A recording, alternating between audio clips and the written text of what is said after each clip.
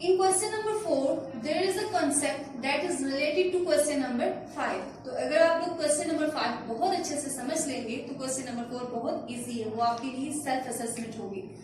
Now in question number 5, you have to prove De Morgan's law for the following set. तो पहले तो ये देखते हैं कि ये De Morgan's law होता क्या है. ठीक है, हमारे पास एक ब्रिटिश मैथमेटिशियन था जिसका नाम था अगस्टस डी मॉर्गन.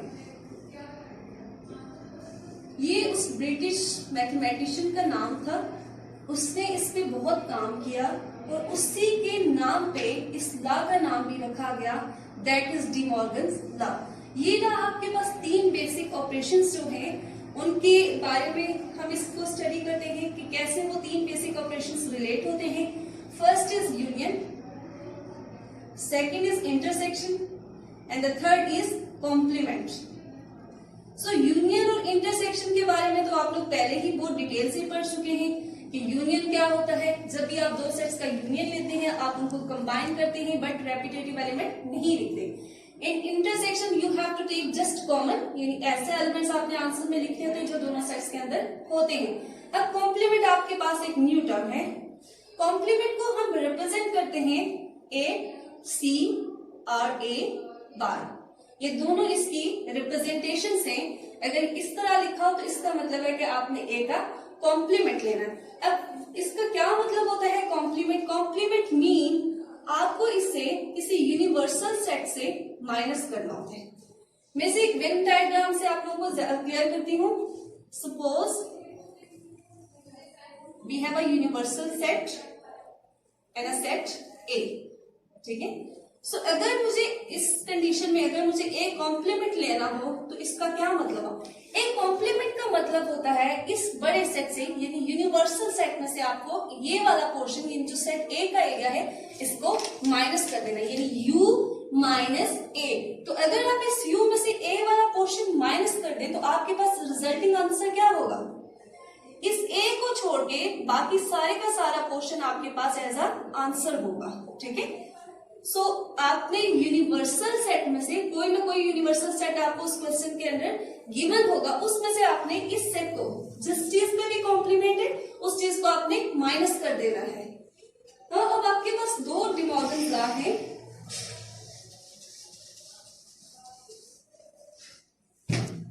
फर्स्ट आपके पास है A union B complement will give you A complement, intersection, B complement, and the second is A intersection B complement is equal to A complement union B complement. ये आपके पास वो 2 De Morgan law है जिनको आपने question number 5 के अंदर prove करना है.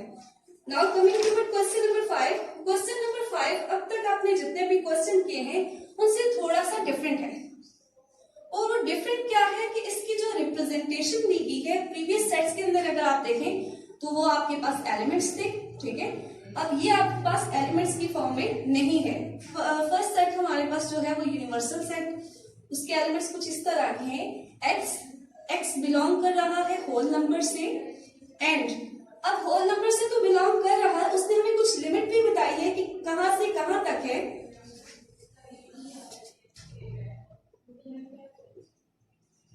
ये आपके पास यूनिवर्सल सेट है, यानी इसमें आपके पास 0 से लेकर 20 तक के एलिमेंट्स है. सेकंड सेट इज C और उसमें एलिमेंट्स है x such that x belong to even number. अब ये इवन नंबर से बिलोंग कर रहा है, and 0 x is greater than equal to 0 and less than equal to 20, यानी x ये भी जो इवन नंबर है 0 से बड़े होंगे और 20 से छोटे होंगे. The third set is D. उसमें हमारे पास एलिमेंट्स है x such that x belong to odd numbers and x is greater than equal to 1 and less than equal to 19. Okay, ये हमारे पास क्वेश्चन नंबर 5 है. तो पहले तो हम ये देख लेते हैं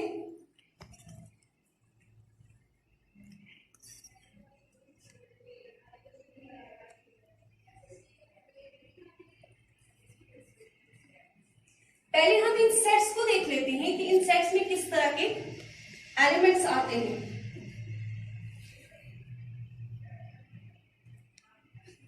फर्स्ट सेट आपके पास यूनिवर्सल सेट है, तो मैं लिख लेती हूँ कि इसके अंदर किस तरह के एलिमेंट्स आते हैं, ताकि आपके लिए आसानी होगी जब आप इन लास्ट को प्रूव करेंगे इनके, तो आपको आसानी होगी। इसमें किस तरह के एलिमेंट्स है? एक्स बिलोंग कर रहा है किससे? होल नंबर से। होल नंबर कहां से स्टार्ट होते हैं? 0 से स्टार्ट होते हैं। अब उसने ये भी बता दी है, स्पेसिफिकेशन बता दी है कि कहां से कहां तक है। इसको आप यूं पढ़ेंगे, x is greater than equal to 0, यानी x 0 और 0 से बड़े एलिमेंट्स। जब ये साइन है, ये वाला ग्रेटर और इक्वल, इसका मतलब है कि आपने इस एलिमेंट को भी इंक्लूड करना है। 0 से लेके, अब वो एंड पॉइंट क्या बता रहा है? लेस देन इक्वल टू 20, यानी 20 और 20 से छोटे एलिमेंट्स तमाम इस सेट के अंदर आएंगे। ये जो सिंबल है इक्वल का, इसका मतलब है कि 20 भी इस सेट के अंदर आएगा। तो इसमें आपको पता है होल नंबर में सारे एलिमेंट्स होते हैं, 0 1 2 3, तो आपको सारे एलिमेंट्स लिखने की जरूरत नहीं है। आप यूं लिखिए 0 1 2 अप टू 20, यानी इस सेट के अंदर आपके पास इस तरह के एलिमेंट्स आएंगे। Now the second set is set सी।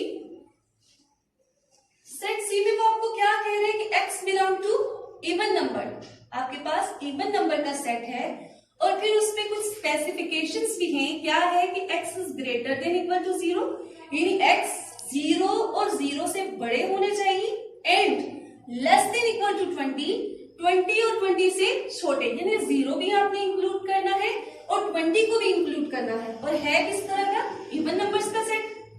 सो 0 2 4 सबको बेशक आप मेंशन ना करें, अप टू 20, ठीक है, ये 20 तक के सारे इसमें एलिमेंट्स आएंगे। Now coming to third set, that is D. अब डी को क्या कह रहे हैं? X belong to odd numbers, और उसकी लिमिट क्या बता रहे हैं आपको कि X is greater than equal to 1। क्या होने चाहिए? 1 और 1 से बड़े होने चाहिए, and less than equal to 19, यानी 1 से आपने तमाम बड़े ऑड नंबर्स लिखने हैं और 19 से आपने छोटे लिखने हैं। सो ऑड नंबर कौन से नंबर होते हैं? ऐसे नंबर जो कि हर एक नंबर के बाद आते हैं, जैसे 1 3 5 7 and up to so on. So इसमें हमारे पास एलिमेंट आ जाएगा 1 इंक्लूडेड है, ठीक है। X is greater than equal to 1 3 5 7, फिर आप अप टू करके 19 और 19 से छोटे, यानी 19 को आपने इंक्लूड करना है, ठीक है।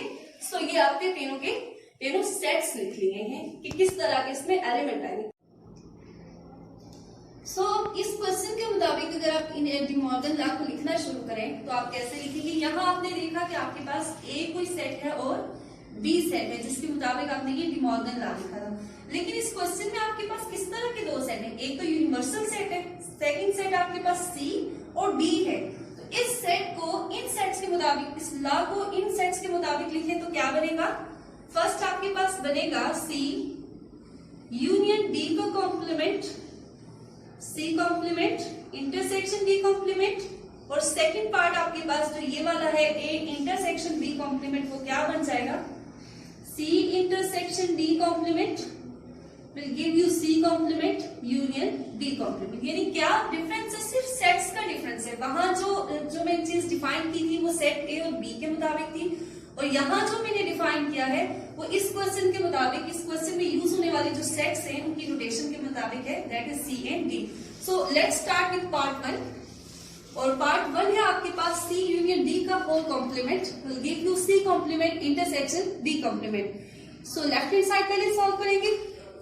In left hand side there is C union D complement।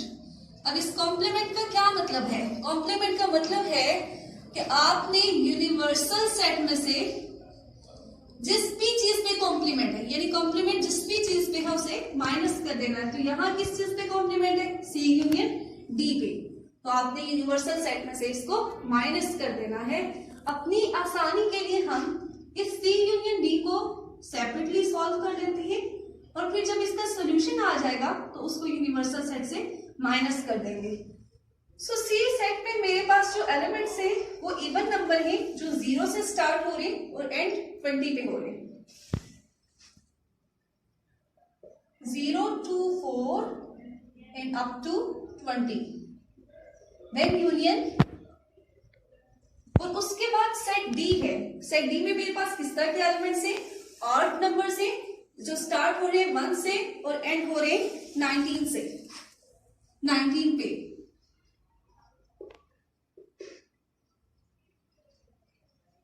अब अगर आप इन दो सेट्स का यूनियन लें, एक सेट में आपके पास आ रहे हैं इवन नंबर्स और दूसरे में आ रहे ऑड नंबर्स। मैं थोड़ी सी यहां से आपको, जैसे इवन नंबर में है 0 2 4 6 8 10 और ऑड नंबर में क्या है 1 3 5 7 9। तो अगर आप इनको मिलाएं, यूनियन ले तो क्या आ जाएगा? देखिए मिलाना है ना, 0 1 2 3 4 5 6 7, वो सारे के सारे एलिमेंट आ जाएंगे 0 से लेके 20 तक। ये तमाम एलिमेंट्स यूनियन में आ जाएंगे, ठीक है। सो इसके आंसर में सारे के सारे एलिमेंट्स आ जाएंगे 0 से लेके 20 तक। मैं सब एलिमेंट्स को नहीं लिखती, सिर्फ 3 एलिमेंट्स को लिखा और उसके बाद मेंशन कर दिया कि अप टू 20 ये सारे के सारे एलिमेंट्स आएंगे। अब मैं सी यूनियन डी को फाइंड कर चुकी हूं। अब मैंने क्या करना है? यू में से इसको माइनस कर देना है, यानी सी यूनियन डी का होल कॉम्प्लीमेंट जो कि मेरे पास था U minus C union D, उसको सॉल्व करना है। U universal set, universal set की जगह आप वैल्यू डालें, क्या थी? 0 से लेके 20 तक तमाम वैल्यूज थी, 0 से लेके 20 तक। सो 0 1 2 3 एंड अप टू 20। उसके बाद माइनस का सिंबल, उसके बाद सी यूनियन डी, ये जो आपने सॉल्व किया है तो उसकी वैल्यू क्या है? ये भी 0 1 2 3 अप टू 20। अच्छा, माइनस करना ये है, माइनस करने का मतलब होता है, मैं थोड़ा आपको ये बड़े सेट से किसी छोटे सेट का आपको समझाती हूँ। अगर आपके पास कोई सेट ए है जिसमें 1 2 3 एलिमेंट है और सेट बी है उसमें 2 है, तो अगर मैं कहूं कि ए माइनस बी करें तो इसका मतलब ये होगा जो बाद में आने वाला सेट है ये, इसके तमाम एलिमेंट्स इसमें से निकाल के जो बाकी एलिमेंट्स है वो अपने लिखने, ठीक है। माइनस का मतलब ये होता है किसी चीज को निकाल देना। तो इसके एलिमेंट्स, यानी इसका कौन सा एलिमेंट है? 2, आप इसमें से वो सब्ट्रैक्ट कर दें, बाकी कौन से एलिमेंट रह जाएंगे आपके पास? 1 और 3। सो ये मतलब होता है सब्ट्रैक्ट, और इस तरह से हम सब्ट्रैक्ट कर दें। इसी तरह अगर आप इस क्वेश्चन के अंदर देखें, आपने किसको माइनस करना है? 0 से लेके 20 तक के जो एलिमेंट्स है उसको फर्स्ट सेट में से माइनस करना है। तो अगर आप यहाँ गौर से देखें, यहाँ पे भी 20 एलिमेंट्स है, यहाँ पे भी 20 एलिमेंट्स है। तो जब आप वो माइनस करेंगे, 20 में से 20 एलिमेंट्स आप माइनस कर देंगे तो रिजल्टिंग आंसर क्या आ जाएगा? एम्प्टी सेट आ जाएगा आपके पास, ठीक है। क्योंकि ये 0 इस सेट में है तो इसका मतलब उसे यहाँ नहीं होना चाहिए, 1 यहाँ पे उससे यहाँ नहीं होना चाहिए, 2 यहाँ पे उससे नहीं होना चाहिए। करते करते जब हम 20 पे पहुंचेंगे, 20 भी सेट में, उसको यहाँ नहीं होना चाहिए। तो फाइनली हमारे पास क्या आएगा? आंसर क्या आएगा? Empty set. इस क्वेश्चन की हमने सिर्फ लेफ्ट हैंड साइड अभी सॉल्व की है, अब हम इसकी राइट हैंड साइड की तरफ आते हैं। So in right hand side there is C complement intersection D complement, ठीक है। C complement intersection D complement. अब हम इसको लिख लेते हैं, जरा ये किसके इक्वल है? सी कॉम्प्लीमेंट का क्या मतलब होता है? किसी भी चीज के जब कॉम्प्लीमेंट हो उसका मतलब होता है कि आप उस चीज को यूनिवर्सल सेट में से माइनस करेंगे, दरमियान में इंटरसेक्शन का सिंबल, और उसके बाद डी कॉम्प्लीमेंट का क्या मतलब है? यू माइनस डी, ठीक है। इस डी भी कॉम्प्लीमेंट का साइन है ना, तो आपने क्या करना है? यूनिवर्सल सेट में से उस जिस चीज के ऊपर कॉम्प्लीमेंट है उसको सब्ट्रैक्ट कर देना। अगेन 2 ब्रैकेट से 2 पार्ट से आप उनको सेपरेटली सॉल्व कर लें, जब उनके आंसर्स आ जाएंगे तो हम उनका इंटरसेक्शन ले लेंगे। यानी हम पहले सॉल्व करने जा रहे हैं C complement which mean U minus C. अब यूनिवर्सल सेट में हमें पता है किस तरह के एलिमेंट्स है, 0 से लेके 20 तक के एलिमेंट्स है, 0 1 2 3 अप टू 20। ये हमारे पास यूनिवर्सल सेट के अंदर एलिमेंट है, माइनस का सिंबल। और सी सेट, सी सेट में हमारे पास इवन नंबर्स हैं जो 0 से स्टार्ट होते हैं और up to 20, 0 2 4 and up to 20। अब ये सारे एलिमेंट्स हैं। अब आपने माइनस करना है, यानी यहाँ पे 0 से लेके 20 तक वो तमाम एलिमेंट्स है और उसमें से आपने इवन नंबर को माइनस कर देना है। तो फिर हमारे पास आंसर किस टाइप का आएगा? देखिए 0 इसके पास भी है और इसके पास भी। जब आप ये इसको सब्ट्रैक्ट कर देंगे तो 0 तो नहीं आएगा। अब यहाँ इसके पास 2 है, 2 को आपने सब्ट्रैक्ट कर देना है। यहाँ इसके पास 4 है, ऑब्वियसली इसके पास भी 4 है, वो आप सब्ट्रैक्ट कर दें तो आपके पास ऑड नंबर सारे आ जाएंगे, यानी 1, 3, 5, 7 करते करते अप टू 19 इस तरह के एलिमेंट्स इसमें आ जाएंगे। ठीक है, क्योंकि देखिए यहाँ इसमें भी 20 है और 20 ये तो आपने नहीं लिखना, तो 19 तक जो एलिमेंट्स है वो हमारे पास सी कॉम्प्लीमेंट में आ जाएंगे। अब हम इसका दूसरा पार्ट यानी डी कॉम्प्लीमेंट भी फाइंड कर लेते हैं। So D complement mean u minus d. Again your universal set has elements that are starting from 0 and end at 20 minus d में किस तरह के एलिमेंट्स है?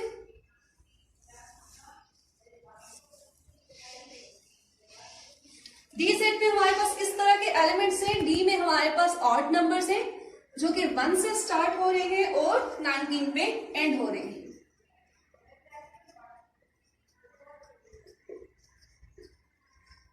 अब आपने फर्स्ट सेट के अंदर अगर आप देखें तो तमाम एलिमेंट्स है, यानी मैं यहाँ पे थोड़ा सा आपको डिस्क्राइब करने के लिए सबके सब एलिमेंट्स लिख लेती हूँ। 1, 2, 3, 4, 5, 6, 7 करते करते अप टू 20 तक। अब सेकेंड सेट के एलिमेंट्स जो है वो ऑड नंबर है, आपने उनको माइनस करना है, यानी ऑड नंबर में 1, 3, 5, 7। ठीक है, तो आपके पास बाकी किस तरह के एलिमेंट्स बच जाएंगे? इवन नंबर्स आपके पास आ जाएंगे। ठीक है, आपके पास आंसर में कौन से एलिमेंट्स आ जाएंगे? Even number 0, 2, 4, 6 and up to 20। So ये आपने डी कॉम्प्लीमेंट भी फाइंड कर लिया है, यानी सी कॉम्प्लीमेंट भी हमने फाइंड कर लिया है, डी कॉम्प्लीमेंट भी फाइंड कर लिया है। अब हम क्या करेंगे? इन दोनों का इंटरसेक्शन ले लेंगे। सो राइट हैंड साइड के दोनों पार्ट्स हम लोग फाइंड कर चुके हैं, यानी सी कॉम्प्लीमेंट भी हमने यहाँ फाइंड कर लिए और डी कॉम्प्लीमेंट भी हमने यहाँ फाइंड कर लिया। अब जस्ट हमने उन दोनों का सिर्फ इंटरसेक्शन लेना है। That is right hand side में हमारे पास है C complement intersection D complement. So C complement में हमने सॉल्व करके जो आंसर फाइनल निकाला था वो क्या है? Odd values in up to 19।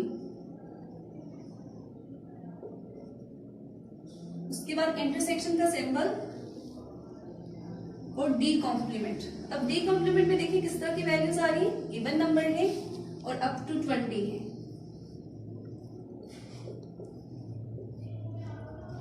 एक में इवन नंबर है और एक में ऑड नंबर है। क्या इनमें कोई चीज कॉमन हो सकती? जैसे आप यहाँ देखिए, एक में नंबर आ रहे 1, 3, 5, 7, 9, 11 और दूसरे में आ रहे 0, 2, 4, 6, 8, 10 और इसी तरह नंबर्स आगे प्रोसीड करें। क्या इन दोनों के अंदर आपको कहीं भी कोई चीज कॉमन नजर आ रही है? नहीं, कोई भी चीज कॉमन नहीं है। इसका मतलब है हम कहेंगे answer is empty set. So आप लोग यहाँ देख सकते हैं कि ये left hand side is equal to right hand side, क्योंकि लेफ्ट हैंड साइड का भी आंसर एम्प्टी सेट है और राइट हैंड साइड का भी आंसर एम्प्टी सेट है, इसलिए आप कह सकते हैं कि left hand side is equal to right hand side.